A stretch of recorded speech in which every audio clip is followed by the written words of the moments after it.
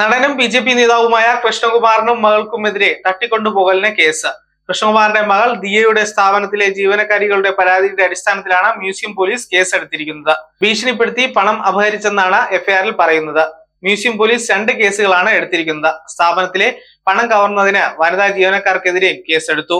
ജീവനക്കാർക്കെതിരെ എടുത്ത കേസിൽ ദിയ കൃഷ്ണയുടെ സ്ഥാപനത്തിലെ 69 ലക്ഷം രൂപ പ്രതികൾ കവർന്നെന്ന് എഫ്ഐആറിൽ പറയുന്നു.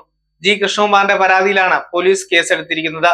ദിയ കൃഷ്ണയുടെ സ്ഥാപനത്തിലെ 3 ജീവനക്കാരികളാണ് സാമ്പത്തിക തിരിമറി നടത്തിയത്. QR കോഡ് മാറ്റി 2024 മുതൽ തട്ടിപ്പ് നടത്തിയെന്നാണ് കൃഷ്ണകുമാറിന്റെ പരാതിയിൽ പറയുന്നത്. ഇതിലാണ് 3 ജീവനക്കാർക്കുമെതിരെ കേസ് എടുത്തിരിക്കുന്നത്. അതേസമയം സാമ്പത്തിക തട്ടിപ്പ് പ്രശ്നം പരിഹരിക്കാമെന്ന് പറഞ്ഞ് ജീവനക്കാരെ വിളിച്ചു വരുത്തി തട്ടിക്കൊണ്ടുപോയി ഭീഷണിപ്പെടുത്തി പണം കവർന്നുവെന്ന പരാതിയിലാണ് കൃഷ്ണകുമാറിനും മകൾക്കുമെതിരെ കേസെടുത്തിരിക്കുന്നത്. ജീവനക്കാരുടെ കയ്യിൽ നിന്ന് 8 ലക്ഷത്തോളം രൂപ വാങ്ങിയതിന്റെ രേഖകൾ പോലീസിന് ലഭിച്ചിട്ടുണ്ട്.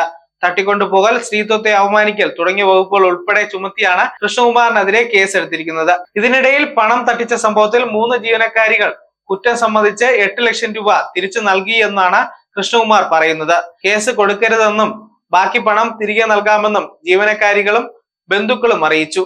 പിന്നീട് അവർ ഭീഷണിപ്പെടുത്തിയതിനെ തുടർന്നാണ് മ്യൂസിയം പോലീസിൽ കൃഷ്ണകുമാറും മകളും പരാതി നൽകിയതെന്നും കൃഷ്ണകുമാർ പറയുന്നു. News desk zag news. നേരിന്റെ വാർത്തകൾ നിങ്ങളുടെ വിരൽത്തുമ്പിൽ എത്താനായി സാഗ് ന്യൂസ് ചാനൽ സബ്സ്ക്രൈബ് ചെയ്തും ഷെയർ ചെയ്തും ഒരു ശരിയായ മാധ്യമ നിലപാടിന് നിൽക്കാൻ ഞങ്ങൾ നിങ്ങളെ ക്ഷണിക്കുന്നു.